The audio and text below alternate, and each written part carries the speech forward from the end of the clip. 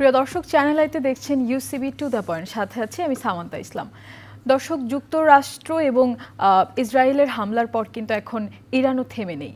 আরব আমিরাত সহ 12টি দেশে পাল্টা হামলা চালিয়েছে ইরান। এই যুদ্ধের আজ চতুর্থ দিন এবং কোথায় যাচ্ছে এই যুদ্ধ এবং বাংলাদেশে বা অন্যান্য দেশের উপর এই যুদ্ধটির কেমন প্রভাব পড়তে পারে, যুদ্ধ কতদিন থাকবে, এছাড়াও নানান বিষয় নিয়ে কথা বলবো বাংলাদেশের রাজনীতি নিয়ে। বাংলাদেশের রাজনীতি কি চলছে, আমাদের সাথে আজ দুজন অতিথি আছেন, পরিচয় করাবো। আছেন কর্নেল অবসরপ্রাপ্ত কাজী শরীফ উদ্দিন, নিরাপত্তা বিশ্লেষক, স্বাগত জানাচ্ছি। আছেন সারোয়ার তুষার, যুগ্ম আহ্বায়ক এনসিপি, আপনাকেও স্বাগত জানাচ্ছি, ধন্যবাদ সময় দেওয়ার জন্য। কর্নেল শরীফকে দিয়ে শুরু করব।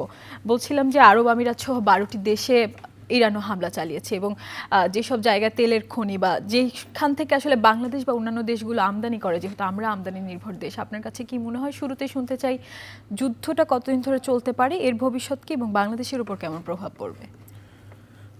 ধন্যবাদ কর্তৃপক্ষকে, ধন্যবাদ আমার দর্শক শ্রোতা, ধন্যবাদ আমার সহ আলোচক।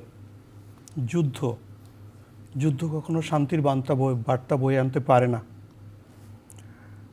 মিস্টার তারেক চিটাগংয়ের একজন রেভিডেন্ট যোদ্ধা, আর মিস্টার সালে আহমেদ সিলেটের একজন রেভিডেন্ট যোদ্ধা। একজন নিহত হয়েছেন বাহরাইনে, আরেকজন নিহত হয়েছেন আমিরাতে। এই সহজ সরল লোক প্রকৃতির তাড়নায় জীবন জীবিকার জন্য দেশের বাইরে রেমিটেন্স যোদ্ধা হিসেবে কাজ করতে গিয়েছেন। তারা আজকে জীবন দিতে হয়েছে এই যুদ্ধের জন্য। আজকে যে যুদ্ধটা হচ্ছে, এটা আমাদের United states of America, Israel এবং ইরানের মাঝে, যৌথ বাহিনী ভার্সেস ইরান। এখানে যেটা আমরা দেখতে পাচ্ছি যে বিশ্বের মোড়ল Donald Trump, he doesn't have any word and work কমনসুলেট। তার কথা এবং কাজের ভিতরে তেমন কোনো মিল খুঁজে পায় না। তেমনি করে আমাদের যখন জেনেভায় এই ওমানের মধ্যস্থতায় একটা নেগোসিয়েশন চলছিল এই ইরান আর এই ইসরায়েল এবং ইউনাইটেড স্টেটস অফ আমেরিকার মাঝখানে, এটা ছিল 10 দিনের ভিতর। এই 10 দিনের ভিতরে প্রথম দিকে আমাদের যে প্ল্যানটা তরিকাটা ছিল যে তাদের ওখানে ইউরেনিয়াম সহ যে জিনিসপত্রগুলো এগুলো জমা দিতে হবে, এর 5টি টোটাল তারা একত্রিত হয়েছিলেন।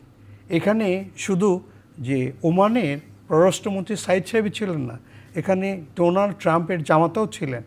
তো ইসরায়েল সব কিছু মিলিয়ে যখন এই সমস্যার সমাধানের পক্ষে যাচ্ছে, ঠিক 9ম দিনের মাথায় তারা স্ট্রাইক করছে। সো ওইটা ছিল লোক দেখানো। একটা যুদ্ধ কখনো এক জায়গায় হিট করার জন্য হয় না। এখানে জিও পলিটিক্স, দেন ন্যাশনাল পলিটিক্স, দেন যেটা আমরা ভূ রাজনীতি যেটা বলি, সার্বিক ওয়ার্ল্ড ইকোনমিক্যাল পলিটিক্স এখানে জড়িত থাকে। এই দৃষ্টিকোণ থেকে আমরা যদি বলি, অপারেশনের দিক দিয়ে আমেরিকা সাকসেস। আমেরিকা এই অপারেশনটার নাম দিয়েছে অ্যাপিক পিউরি, আবার এই অপারেশনটার নাম ইসরায়েল দিয়েছে রোরিং লায়ন, আবার ইরান কাউন্টার হিসাবে নিয়েছে ট্রু প্রমিস 4। এই যুদ্ধটা আসলে কোন দিকে যাচ্ছে? আমরা এই যুদ্ধ থেকে বিশ্বযুদ্ধের দিকে আগাচ্ছি। আমরা যেটা দেখতে যাচ্ছি যে ইরানের সর্বোচ্চ নেতাকে আঘাত করা বা ভেনিজুয়েলার প্রেসিডেন্টকে তুলে নিয়ে আসা, এটা কখনো বিশ্ব শান্তির আলোচনার ব্যাপার হতে পারে না। এটা ডোনাল্ড ট্রাম্প আজ থেকে 9 মাস আগে এইখানেই 12 দিনের একটা যুদ্ধ হয়েছিল। গত বছর যে পাকিস্তান ভার্সেস ইন্ডিয়ার মাঝখানে টানটান উত্তেজনা ছিল, এই মুহূর্তে পাকিস্তান ভার্সেস আফগানিস্তান চলছে। এই যুদ্ধ আবার ডোনাল্ড ট্রাম্প বলছে নেক্সট 4 উইকস এটা কন্টিনিউ করতে পারবে। এটা টোটালি আনপ্রেডিক্টেবল। মেইনলি তাদের উদ্দেশ্য ছিল রেজুমি চেঞ্জ।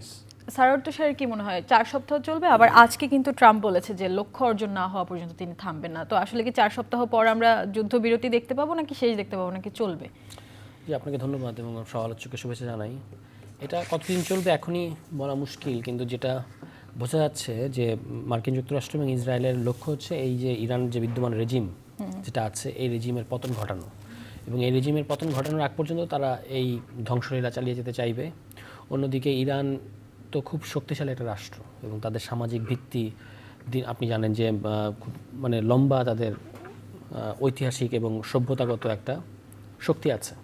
ফলে তারাও যে খুব সহজে এটাতে সারেন্ডার করবে ব্যাপারটা এরকম না। ফলে উভয় দিক থেকে এটা পুরো মধ্যপ্রাচ্যে এটার একটা বড়সড় অভিঘাত পড়ার সুযোগ মানে সম্ভাবনা বা আশঙ্কা আছে। এবং ইরান তো ইতিমধ্যে আপনি দেখতে পাচ্ছেন যে বিভিন্ন যে সকল রাষ্ট্রে মানে মধ্যপ্রাচ্যে যে সকল রাষ্ট্রে ও উপসাগরীয় যে সকল রাষ্ট্রে আপনার মার্কিন যুক্তরাষ্ট্রের বেইজ আছে, সামরিক ঘাঁটি আছে, সেখানে হামলা করছে। এবং এটার মানেই হচ্ছে যে ইরান আসলে এটা এক ধরনের প্রতিরক্ষামূলক হামলা। কী অর্থে প্রতিরক্ষামূলক হামলা? যে ইরান ওই রাষ্ট্রগুলোকে বলতে চাচ্ছে যে আপনাদের উচিত মার্কিন যুক্তরাষ্ট্রকে চাপ দিয়ে এই যুদ্ধটা বন্ধ করা, কারণ এই যুদ্ধটা কারোর জন্যই মঙ্গলজনক নয়। এবং এখানে মার্কিন যুক্তরাষ্ট্র যে উদ্দেশ্যে এই হামলাটা বা এই আগ্রাসনটা চালিয়ে যাচ্ছে সেটা হচ্ছে যে এই রেজিমের পতন। কিন্তু আমার বোঝাপড়া কিংবা অবজারভেশন বলছে যে এটা উল্টোটাও ঘটতে পারে। উল্টোটা ঘটতে পারে মানে আপনি জানেন যে এই রেজিম কিন্তু নানা কারণে ইরানে এখন খুব যে জনপ্রিয় রেজিম সেটা বলা যাবে না, মানে অজনপ্রিয়, এবং তার কিছু দমনপীড়ন, কর্তৃত্ববাদ ইত্যাদির অভিযোগ আছে। এবং 37 বছর ধরে আসলে একই সাথে আমরা যখন একজন নেতৃত্ব ফলে দেখতে ওই দেশের জনগণের একটা বড় অংশ কিন্তু এই রেজিমের বিরুদ্ধে। কিন্তু এই জনগণই, আমি আজকেই দেখছিলাম যে একজন নারী অ্যাক্টিভিস্ট, বামপন্থী নারী অ্যাক্টিভিস্ট, তিনি বলছেন যে তার নিজের জন্ম হয়েছে জেলে, অর্থাৎ তার বাবা মাকে জেলে আটক করে রাখা হয়েছিল এবং সেখানেই এই রেজিম কিন্তু তাদেরকে হত্যা করেছে। কিন্তু তিনি বলছেন যে কিন্তু এখন যখন মার্কিন আগ্রাসন হচ্ছে তখন আমার কাজ হচ্ছে আমার দেশের পক্ষে দাঁড়ানো। ফলে এই যে মানে ইরানের ভেতরে যে মানে সংহতি, এটা কিন্তু আবার এই হামলায় মধ্য দিয়ে তৈরি হচ্ছে। এবং তাদের ইরানি যে বা শিয়া যে ধর্মতত্ত্ব, তার মূল জিনিসটাই হচ্ছে শহীদ হওয়ার মর্যাদা লাভ করা। ফলে খামেনি সাহেব তিনি যে তার আবাসে যেভাবে শহীদ হয়েছেন, এটা কিন্তু ইরানের জনগণের মধ্যে একটা অন্যরকম স্পিরিট তৈরি করতে পারে, যেটা আসলে মার্কিন যুক্তরাষ্ট্রের হিসাবের মধ্যে নাই বলে আমার কাছে মনে হচ্ছে। আমরা আবারও কর্নেল শরীফের কাছে শুনি যে আমরা খামেনির মৃত্যু নিয়ে কথা বলছিলাম, আপনার কাছে এখন কি মনে হয় ইরানের পরবর্তী নেতা কে হতে পারে বা নেতৃত্ব কে দেবেন? দেখুন, যেমনটি আমার সমালোচক বলছিলেন যে ইরান তার দায়িত্বর দিক দিয়ে যে 100% পজিটিভ, এটা সমগ্র বিশ্বের কেউ স্বীকার করে না। যেখানে সুন্নি, শিয়া, কুর্দি এবং বিভিন্ন একাচ্ছত্র এখানে রয়েছে, তো সেই দৃষ্টিকোণ থেকে এখানে নেপোটিজম, ফেভারিটিজম আছে। আবার absolute power maximum corrupted, 37 years they are in power, সেই দৃষ্টিকোণ থেকেও এটা পজিটিভের কোনো সুযোগ নাই। বাট আমেরিকা যত স্ট্রাইক করুক, মানে যখন একটা মানুষ তার নিজস্ব দেশের নেতাকে হত্যা করে, তখন ওই দেশের সমগ্র জনগণ তার দেশের স্বার্থে, জি, বাইরের আগ্রাসন তো আসলে কোনো নাগরিক মেনে নেবে না। এই দৃষ্টিতে আমরা বলি এখন কে দায়িত্ব নেবে। তো এখন দায়িত্ব নেওয়ার একটা সিস্টেম আছে। সিস্টেম হচ্ছে এখানে টোটালি 1989-এ কনস্টিটিউশন অ্যামেন্ডমেন্ট করে এখানে একটা নতুন পলিসি বা দিক নির্দেশনা করা হয়েছে। সেখানে 88 জন স্কলার মিলে তারা একটা ডিসিশন নেবে পরবর্তী নেতা কে হবে। তা পরবর্তী স্কলার ভিতরে এটাকে বলা হয় অ্যাসেম্বলি অফ এক্সপার্ট। এটা 1989-এ যে কনস্টিটিউশন, সেখানে আবার আর্টিকেল 109-এ 4টা ক্রাইটেরিয়া আছে। এই 4টা ক্রাইটেরিয়ার ভিতর 1 নম্বর হচ্ছে তাকে পুরুষ হতে হবে, 2 নম্বর হচ্ছে তাকে ফকি বা পণ্ডিত হতে হবে, 3 নম্বর রাজনৈতিক ও সামাজিক দূরদর্শিতা সম্পন্ন ব্যক্তি অবশ্যই হতে হবে, আর লাস্ট বিশ্বস্ত মানে প্যাট্রিয়ট, দেশের প্রতি তার সর্বোচ্চ মানে দেশপ্রেম থাকতে হবে। সেই দৃষ্টিকোণ থেকে এই মুহূর্তে যে টোটালি 4 জন যে এই 4টা কন্ডিশনের উপর ভিত্তি করে 88 জন স্কলার মিলে একটা ডিসিশন নেবে, সেটা নেওয়ার কোনো সময় পাচ্ছে না। কারণ প্রথমে হচ্ছে যে আমাদের যে ইরানের মিত্রদের তাদের যে মুভমেন্টগুলো আমরা দেখতে পাচ্ছি, that is not doesn't look good. তারা শুধু বিবৃতি দিয়ে বসে আছে, বরং কিছু কিছু দেশের প্রেসিডেন্ট বলছে মার্কিন ঘাঁটি আমরা এখন ইউজ করতে দেব না। আবার আমাদের মতো থার্ড ওয়ার্ল্ড কান্ট্রি যারা এই হরমুজ প্রণালী দিয়ে টোটাল সমগ্র বিশ্বের 25 to 30% যে অপরিশোধিত তেল আসে এবং আমাদের দেশে প্রায় 90% আসে, আমরা এই ব্যাপারে অনেক সাপোর্টার। তা আমাদের দৃষ্টি থেকে আমরা চাইবো যত তাড়াতাড়ি এর সুষ্ঠু সমস্যার সমাধান হবে। কারণ এটা যে দীর্ঘস্থায়ী যুদ্ধ হবে এটারও কিন্তু প্রমাণ নাই। কারণ 8 মাস আগে 12 দিনের যুদ্ধ হয়েছিল, এখন একবার বলেছে যে 4 সপ্তাহের যুদ্ধ হবে, আবার ডোনাল্ড ট্রাম্প বলছে এর সঙ্গে আপোষ নয়, আবার ইরান বলছে এবার কোনো আপোষ করব না, আবার ডোনাল্ড ট্রাম্প একবার বলেছে ইরান আমার সঙ্গে বসার চেষ্টা করছে। সো আমাদের এই ইরান আবার সেটিকে ক্লারিফাই করেছে তারা বসার চেষ্টা করছে না, বাট ডোনাল্ড ট্রাম্প বলেছিল তারা বসার চেষ্টা করছে। এই দৃষ্টিকোণ থেকে ইরানও মাথা নত করবে না আসলে, আমরা যা দেখতে পাচ্ছি। সারোয়ার তুষার, আমরা হরমুজ প্রণালী নিয়ে কথা বলছিলাম। হরমুজ প্রণালী কার্যত বন্ধই এখন বলা যায়। কাতারও এলএনজি উৎপাদন বন্ধ করে রেখেছে। আবার আমাদের কিন্তু এখন ইতিমধ্যে অনেকগুলো ফ্লাইট বন্ধ হয়ে আছে। এই যে আকাশপথ বা আমাদের আমদানিটা বন্ধ হয়ে গেলে আমাদের মুদ্রাস্ফীতি বা মূল্য বৃদ্ধি, এগুলো তো কি প্রভাব পড়তে পারে? এটা তো একটা প্রভাব পড়বেই, কারণ আমাদের তেল হচ্ছে আমাদের প্রধান জ্বালানি এবং এটা আসে প্রধানত এই হরমুজ প্রণালী হয়েই আসে। ফলে সেটার একটা প্রভাব অবশ্যই থাকবে। এর পাশাপাশি আমাদের অর্থনীতির একটা বড় স্তম্ভ হচ্ছে আমাদের রেমিটেন্স। প্রবাসী যারা শ্রমিক এবং অন্যান্য পেশাজীবী, বিশেষত যারা মধ্যপ্রাচ্যে আছেন, তারা হচ্ছে আপনার এবং মধ্যপ্রাচ্য থেকে আমাদের বেশি রেমিটেন্স রাইট। হ্যাঁ, তো সেখানে অবশ্যই এটা একটা প্রভাব তো নিশ্চয়ই পড়বে। কিন্তু আমি সরকারের বক্তব্য বিবৃতি দেখলাম, তারা বলার চেষ্টা করেছেন যে তেমন একটা প্রভাব পড়বে না, আপাতত আমরা সিকিউর আছি। এটা হয়তো তারা দেশবাসীকে একটা আশ্বস্ত করার জন্য বলে থাকতে পারেন, কিন্তু একটা চাপ কিন্তু আসবেই। ইউক্রেন রাশিয়া যুদ্ধ যখন চলছিল তখনও কিন্তু আমাদের মতো দেশে একটা চাপ এসেছিল, গ্যাসের চাপ, মানে গ্যাস সংকটের কারণে।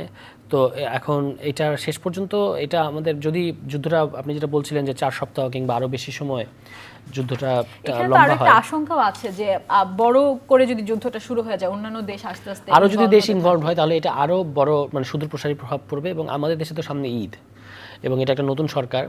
শেষ পর্যন্ত কিন্তু মানুষ আসলে বুঝতে চায় না যে সারা পৃথিবীতে কোথায় কি হচ্ছে। তারা সরকারকেই এই সমস্ত জিনিসের জন্য দোষারোপ করবে বা সরকারকেই দায়ী করতে চাইবে। ফলে এটা একটা সংকট তো অবশ্যই। এখন এটা সরকার কিভাবে মোকাবেলা করে বা সারা পৃথিবীর যে পরিস্থিতি, তার থেকে তো আমরা আসলে মানে বাইরে থাকতে পারবো না। ফলে এটা অবশ্যই একটা সংকট তৈরি করবে, কিন্তু সেই সংকটটা সরকারকে খুব কৌশলের সাথে মোকাবেলা করা দরকার। ওকে, আমরা একটু বাংলাদেশের রাজনীতিতে ফিরে আসি। যেহেতু আমরা সরকারের কথা বলছি, সরকারের কাজ নিয়ে কথা বলছি, আদালতকে দলীয়করণ করার চেষ্টা করা হচ্ছে, আপনাদের নাহিদ ইসলাম বলেছেন। তিনি কেন বলেছেন এবং আসলেই এখন কি হচ্ছে দেশের রাজনীতিতে? আপনি আজকে যদি দেখেন যে হাইকোর্টে একটা রুল জারি করা হয়েছে যে এই যে জুলাই সনদ বাস্তবায়ন আদেশ এবং গণভোট, এটা কেন অবৈধ হবে না, এটা ঘোষণা করতে, মানে এটা জানতে চেয়ে একটা রুল জারি করা হয়েছে এবং পূর্ণাঙ্গ রায়টা আসবে ঈদের পরে। এর মানে হচ্ছে যে এই যে জুলাই সনদ বাস্তবায়ন আদেশ বা জুলাই সনদ, এর মধ্য দিয়ে যে সংস্কারগুলো আসলো এবং এরপরে যে আপনার গণভোট হলো এবং সেই গণভোটে আমরা সবাই জাতীয় নির্বাচনের, সাধারণ নির্বাচনের মতোই একই উৎসাহে অংশ নিলাম এবং সেখানে মানুষ জুলাই সনদের পক্ষে রায় দিল। এখন আপনি ক্ষমতায় আসার পরে দলীয় আইনজীবীদের দ্বারা, গতকালকে যারা এটা রিটের পক্ষে দাঁড়িয়েছেন, তারা সবাই একটা বিশেষ দলের, বিএনপির দলীয় আইনজীবী হিসেবে পরিচিত কোর্ট অঙ্গনে। তো তাদেরকে ব্যবহার করে আপনি আসলে আদালতকে জনগণের বিরুদ্ধে ব্যবহার করছেন। বাংলাদেশে অতীতে যতবার এই ধরনের ঘটনা ঘটেছে যে জনগণের রায়কে কিংবা জনগণের কোনো একটা ব্যাপারকে বন্ধ করার জন্য আপনি আদালতকে ব্যবহার করেছেন, এটা নজির একবারও ভালো হয় নাই। যেমন তত্ত্বাবধায়ক সরকার ব্যবস্থা এখানে আন্দোলনের ফসল হিসেবে এসেছিল, সেটা বিএনপি সরকার তখন মেনে নিয়েছিল এবং পরবর্তীতে আওয়ামী লীগ এসে কিন্তু এটা বাতিল করে দিল এবং সেটার পরিণতি আওয়ামী লীগকে ভোগ করতে হয়েছে। আবার কোটা সংস্কার আন্দোলনে যখন আপনি আদালতকে ব্যবহার করলেন, তখনও কিন্তু ছাত্র সমাজ ফুঁসে উঠেছিল এবং সেটার পরিণতি আওয়ামী লীগের জন্য ভালো হয় নাই। তো আমরা বিএনপির প্রতি আহ্বান জানিয়েছি যে আপনারা একদিক থেকে আপনি দেখবেন যে এই যে চতুরতার রাজনীতি বিএনপি করার চেষ্টা করছে। একদিকে তারা বলতেছে যে আমরা জুলাই সনদকে সম্মান জানাই, তারা গণভোটের পক্ষে হ্যাঁ ক্যাম্পেইন করেছে, তাদের দলের প্রধান, এখন মাননীয় প্রধানমন্ত্রী, তিনিও কিন্তু হ্যাঁ ক্যাম্পেইন করেছেন। তো এটা আমাদের দাবি করার সঙ্গত কারণ আছে যে আপনি মূলত হ্যাঁ ক্যাম্পেইন করার মাধ্যমে জুলাইয়ের প্রতি মানুষের যে আবেগ এবং পরিবর্তনের প্রতি মানুষের যে আবেগ, সেটাকে ব্যবহার করেছেন, সেটাকে আপনার পক্ষে নিয়ে এসেছেন। বিএনপি যে বারবার আসলে এই ব্যাপারে বিবৃতি দিচ্ছে বা ব্যাখ্যা করছেন যে কেন আসলে তারা জুলাই সনদটা এখনই সেইভাবে শপথ গ্রহণ করেননি, সেটিকে আপনারা কিভাবে দেখছেন? একটা ব্যাখ্যাও যৌক্তিক মনে হচ্ছে না এবং মনে হচ্ছে তারা 2/3 ক্ষমতা থাকার কারণে যে কোনো ধরনের বক্তব্য দিয়ে পার পেতে চাচ্ছে। কিন্তু এখানে তাদের মানে যেই আপত্তিগুলো তারা এখন তুলছে, এই আপত্তিগুলো আপনি নির্বাচনের আগে তুললেন না কেন? আপনি তো জুলাই সনদ, ওই জাতীয় ঐক্যমত্য কমিশন, সেখানে জুলাই সনদ হলো, তারপরে যে স্বাক্ষর হলো, এরপর গণভোট, পুরো প্রসেসের তো বিএনপিও অংশ এবং তাদের কিছু কিছু বিষয় নোট অফ ডিসেন্ট থাকতে পারে। এখন সেই নোট অফ ডিসেন্ট অনুযায়ী আপনি কাজ করেন, আমাদের আপত্তি নাই, কিন্তু নোট অফ ডিসেন্ট অনুযায়ী কাজ করতে গেলেও তো আপনাকে ওই সংস্কার পরিষদে যেতে হবে, কিন্তু আপনি তো ওইটাতেই যেতে চাচ্ছেন না। ফলে এটা পরিষ্কারভাবেই বিএনপির গায়ের জোরে রাজনীতি এবং জনগণের ম্যান্ডেট নিয়ে ক্ষমতায় এসে জনগণকে অগ্রাহ্য করার সামিল। ফলে এটা বিএনপির জন্য ভালো হচ্ছে কিনা বা আত্মঘাতী রাজনীতি কিনা, এটা বিএনপিকেই ভেবে দেখতে হবে। কর্নেল শরীফ কি মনে করছেন? দেখুন, আমার সহ আলোচক, উনি একজন রাজনৈতিক দলের একজন সিনিয়র নেতা। উনি যে কথাগুলো বলেছেন, উনি রাজনৈতিক পয়েন্ট অফ ভিউতেই বলেছেন। আর কোর্টে বা আইন সংক্রান্ত সব ব্যাপার, that is our fundamental right. আমরা যে কোনো সময় যে কোনোভাবে যেতে পারি। যেমন আমরা যুদ্ধ নিয়ে কথা বলছিলাম, যুদ্ধ নিয়ে কথা নিয়ে বলার ব্যাপারে এখন যেহেতু সমগ্র বিশ্বের কয়েকটা দেশ যুদ্ধ জড়িয়ে গেছে, আমাদের তো চুপ করে বসে থাকার কোনো সময় নেই। তা আমাদের তো এখানে মন্তব্য দিতে হবে। বাট এই মন্তব্যের ক্ষেত্রে আমাদের কি আছে, একটা পররাষ্ট্র মন্ত্রী আছে, একজন পররাষ্ট্র প্রতিমন্ত্রী আছেন এবং আর একজন উপদেষ্টা আছেন। তাদের মাধ্যমে সমন্বয় সাধন করে তারপর এমন মন্তব্য দিতে হবে যাতে আমাদের দেশের ক্ষতি না হয়। Otherwise total political this blame will come to the political. এই দৃষ্টিকোণ থেকে আমি বলি যে আমাদের যে রেফারেন্ডাম বা গণভোট, এটার জন্য নির্দিষ্ট কোনো আইন আমাদের টোটাল কনস্টিটিউশন স্পষ্ট এটা লেখা আছে। সেটা নিয়ে অনেক আগে অনেক ব্যাপারে কথা হয়েছে, পরিবর্তন এসছে। আবার পুরো পজিটিভ বা নেগেটিভ এটা আমরা ভাবতে পারছি না। কী জন্য? গতকাল যে আমাদের স্বরাষ্ট্রমন্ত্রী সালাউদ্দিন আয়ুব সাহেব, উনি কিন্তু অফিসিয়ালি বিরোধী দলীয় নেতাকে ডেপুটি স্পিকারের নিয়োগের ব্যাপারে মৌখিকভাবে বলেছেন। এবং ডেপুটি স্পিকারের নিয়োগটা এটা আমার মনে হয় তোষবা, এটা মনে হয় জুলাই সনদের একটা অংশ যে বিরোধী দলীয় থেকে ডেপুটি স্পিকার নিয়োগ হবে। রিগার্ডিং বিরোধী দল কি এটি চাচ্ছে বা দেশের জনগণ কি এটি চাচ্ছে? দেশের জনগণ যে যখন কোনো কেস বা হাইকোর্ট বা সুপ্রিম কোর্টে তদন্তদিন থাকে, ওটা নিয়ে ব্যক্তিগতভাবে আক্রোশের শিকার হয়ে বা ব্যক্তিগতভাবে ব্যক্তির স্বার্থ উদ্ধার করার জন্য কোনো মন্তব্য করা, এটা আমার সাধারণ নাগরিক হিসাবে আমি সমীচীন মনে করি না। এটার রায় কোর্ট থেকে আসুক, সেটা দেখব। বাট তোষবাই যেটা বলছেন যে রাজনীতির মাঠে এতদিন তারা একসাথে ছিলেন, আন্দোলন সংগ্রাম করে তারা যেটা উদ্দেশ্য সাকসেস করার পরে একটা ইলেকশন এসছে, ইলেকশনের পরে এখন যেটা চাচ্ছে আমরা এই ডিসিশনটা কোর্টের রায়ের উপর অপেক্ষা করি।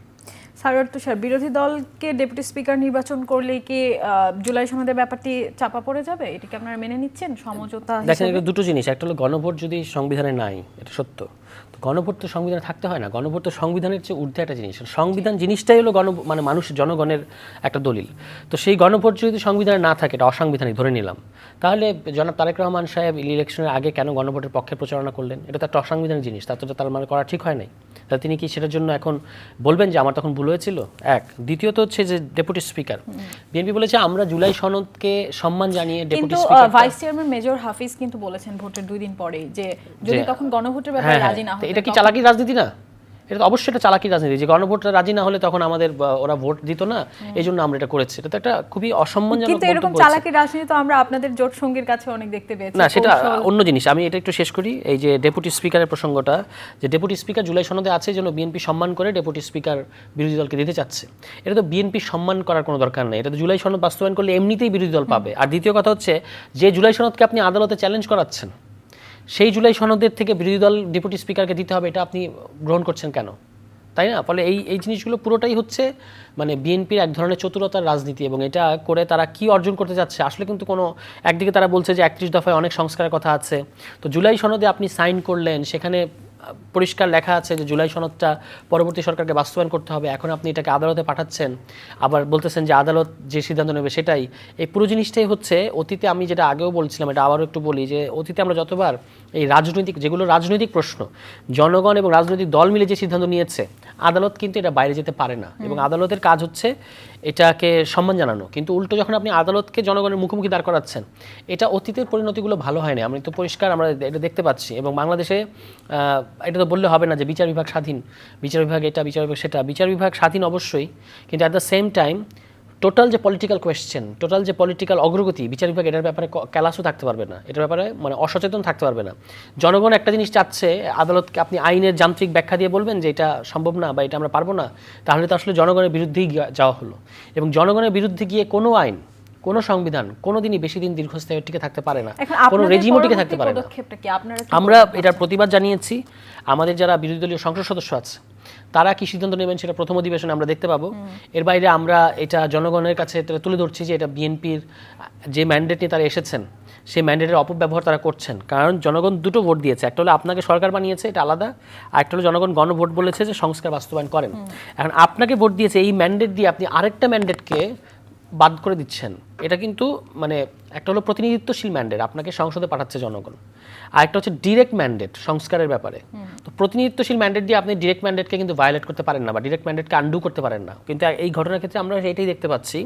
এবং এটা আমি আবারও বলতেছি যে এটা বিএনপি কেন কারোর জন্য কোনো ভালো নজির কোনো স্থাপন হচ্ছে না। আমরা একটা নিউ স্টার্ট চাচ্ছিলাম, নতুন একটা শুরু চাচ্ছিলাম, এবং সেখানে অহেতুকভাবে এই মীমাংসিত ব্যাপারগুলোকে আবার যে বিতর্কিত করা হচ্ছে, এটা তো আমাদের দেশকে এগিয়ে নেবে না, বরং পেছাবে এবং সংকটকে আরেকটু ঘনীভূত করবে। অনেক ধন্যবাদ স্যার তুষার। কর্নেল শরীফকে দিয়ে শেষ করব।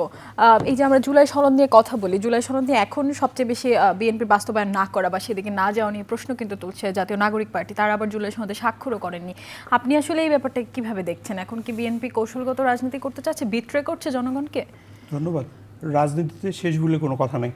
আজকে আমার তুষার সাহেব যে কথাটা বলছেন, ওনারা কিন্তু নিজেই এই ইতেতে সাইন করেন নাই, জুলাই সনদে সাইন করেন নাই, নাম্বার 1। নাম্বার 2, এই তুষার সাহেবরা যখন আমাদের প্রতীক চেয়েছিলেন, শাপলা প্রতীক এবং শাপলাকলি প্রতীকের মাঝখানে এটা হবে না সেটা হবে না, লাস্ট পর্যন্ত মেনে নিয়েছেন। তা আমাদের দেশের জন্য সবচেয়ে ইম্পর্টেন্ট যে 3টা জিনিস, এক্সিকিউটিভ, লেজিসলেটিভ আর জুডিশিয়ারি। তাই এই কেসটা চলে গেছে এখন জুডিশিয়ারির কাছে। 2 দিন পরে আমাদের সংসদ হবে, এটা হবে আমাদের legislative. So let us hope for the best, যে 2 দিন পর আমাদের যে সংসদ আসছে, এই সংসদে আমাদের যে আইন প্রণেতারা আমরা নতুন করে না, কিন্তু স্যার তুষার বলছিলেন যে গণভোটে তো হ্যাঁ জয়যুক্ত হয়েছে, তার মানে জনগণ সেটাতে আসলে মতামত দিয়েছে, তো সেই মতামতটিকে গ্রাহ্য না করাটা এক ধরনের বিট্রে করা না? এখানে কিছুটা মতানৈক্য আছে, হ্যাঁ, যে প্রত্যেকটা জিনিসে যে দৃষ্টিকোণ থেকে দেখে, পজিটিভ আছে, নেগেটিভও আছে। যেমন যে পাওয়ারের গ্লাস দিয়ে যখন যেটা কিনলি অবজার্ভ করা যায়, তো সেই দৃষ্টিকোণ থেকে হ্যাঁ জনগণ পজিটিভ নেগেটিভ ভোট দিয়েছে, আবার পার্লামেন্টে ভোট দিয়েছে। পার্লামেন্ট ভোট হিসেবে তারা পার্লামেন্ট মেম্বার হিসেবে শপথ নিয়েছেন বিএনপি, কিন্তু তুষার সাহেবের দল এবং বাদবাকি দল দুটো শপথই নিয়েছে। কিন্তু অ্যাকর্ডিং টু কনস্টিটিউশন, যে এই যে রেফারেন্ডাম বা গণভোটের যে শপথ দিতে হবে, এটা কিন্তু বাংলাদেশ কনস্টিটিউশন কোথাও লেখা নেই। আমাদের সর্বোচ্চ আইন 2026 সালের নির্বাচনের কথা আছে নাকি? কনস্টিটিউশনের 26 নির্বাচন লেখা নাই, বাট নির্বাচন after certain time continuously it will be there. না না, আমরা তো সংস্কার নিয়ে আসলে কথা বলছিলাম কর্নেল শরীফ। সংস্কার হলে তো আসলে কিছু না কিছু জিনিস পরিবর্তিত হবেই, সেটা সেই জন্যই বলছি যে যারা আমাদের আইন প্রণেতারা যা তৈরি করে আমরা নির্বাচনের মাধ্যমে দিয়েছি, এই 12ই মার্চ নতুন করে সংসদ অধিবেশন বসছে, তখন তারা কি করেন এটা আমরা দেখি, তারপর মন্তব্য করি। আর এই ব্যাপারটা যেহেতু কোর্টের ব্যাপার, কোর্টের তদন্তদিন, যেহেতু কোর্টই জানতে চেয়েছেন যে বৈধ অবৈধ কেন বলা হবে না, এই নিয়ে আমি কোনো মন্তব্য করতে চাচ্ছি। ওকে, ধন্যবাদ কর্নেল শরীফ এবং সারোয়ার তুষারকেও ধন্যবাদ। প্রিয় দর্শক, যারা এতক্ষণ আমাদের সাথে ইউসিবি টু দ্য পয়েন্টের আয়োজনে ছিলেন, আপনাদেরকেও ধন্যবাদ জানাচ্ছি। আমরা কথা বলছিলাম আন্তর্জাতিক অঙ্গনে আসলে কি চলছে এবং বাংলাদেশে তার প্রভাব কেমন পড়বে, বাংলাদেশের রাজনীতি কোন দিকে আগাচ্ছে। দুই পক্ষের দুই ধরনের মতামত থাকে আমাদের দর্শকদেরও, জনগণেরও, কিন্তু আমাদের প্রত্যাশা সরকার আমাদের জন্য যেটি ভালো সেটিই করবেন এবং দেশ এগিয়ে যাবে একটি সুন্দর গতিতে। আর আমাদের যে কথা যে কারোর সাথে শত্রুতা নয়, সবার সাথে বন্ধুত্ব, সেটির উপর ভিত্তি করে আসলে বিসঙ্গনে যে যুদ্ধ চলছে সেটিও থেমে যাবে, সেটি আমাদের প্রার্থনা। আপনাদের সকলের সুস্থতা ও মঙ্গল কামনা করে ইউসিবি টু দ্য পয়েন্টের আয়োজন থেকে বিদায় নিচ্ছি।